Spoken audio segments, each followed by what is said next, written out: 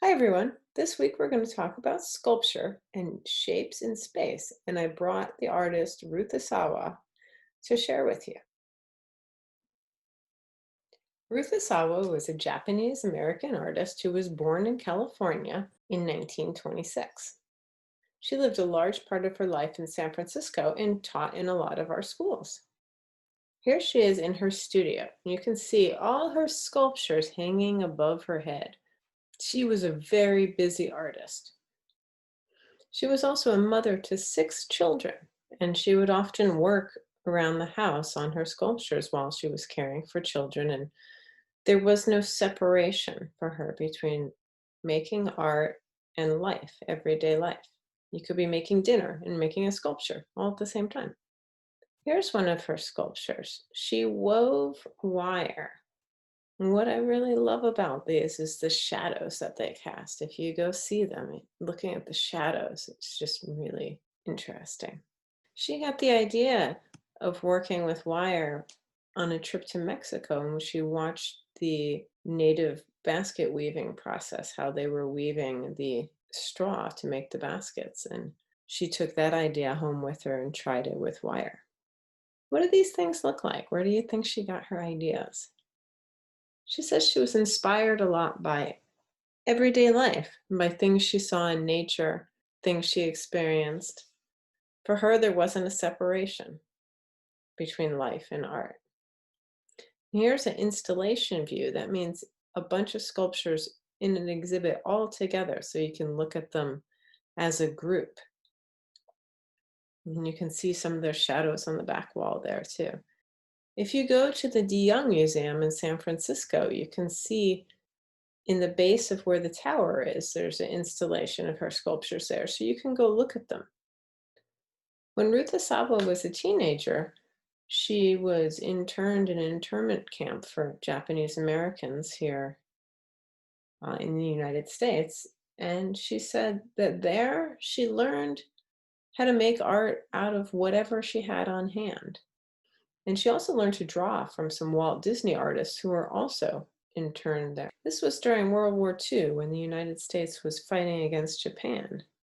And they decided they needed to put all the Japanese Americans in camps because we were fighting against the Japanese. And people stayed there for many years.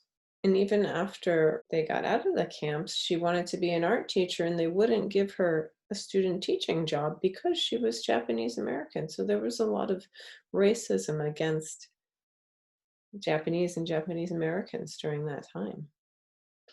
But she says these experiences helped her be who she was. I found a video of her working with some paper because remember, she worked with whatever she had around, much like we do right now. And I'd like to show it to you. To make paper do what it hasn't done yet. So you're only talking about paper.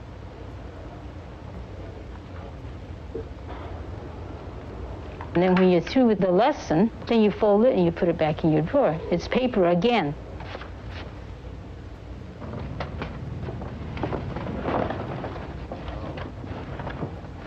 What he was talking about was abstracting from the material, rather than being concerned with your own design ideas and forcing something into it. What you do is you become background, just like a parent allows the child to express himself, and the parent becomes sort of supportive. So we've seen some of Ruth Asawa's work, and I thought we would do something working with what we have, paper. So I like the idea of making paper sculptures.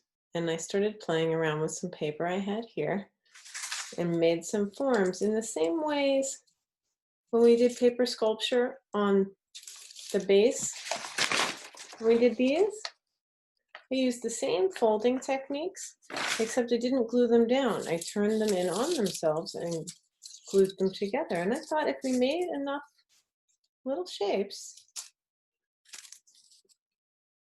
we could attach them in some way and hang them, make some hanging sculptures. You can try lots of different things. Here's a couple that I tried here. I'm just going to attach them with some string or here a paper clip and sort of hang them like that. So all you need are scissors, paper, and something to attach it with, like glue or tape, a stapler, and maybe some string or a paper clip or something if you want to attach different ones together with something besides glue. I wanted to show you a little bit about how I made some of these shapes, like this one. So I just took a piece of white paper, any paper is fine, folded it in half, cut strips not all the way to the top. You have to leave space so it doesn't fall apart.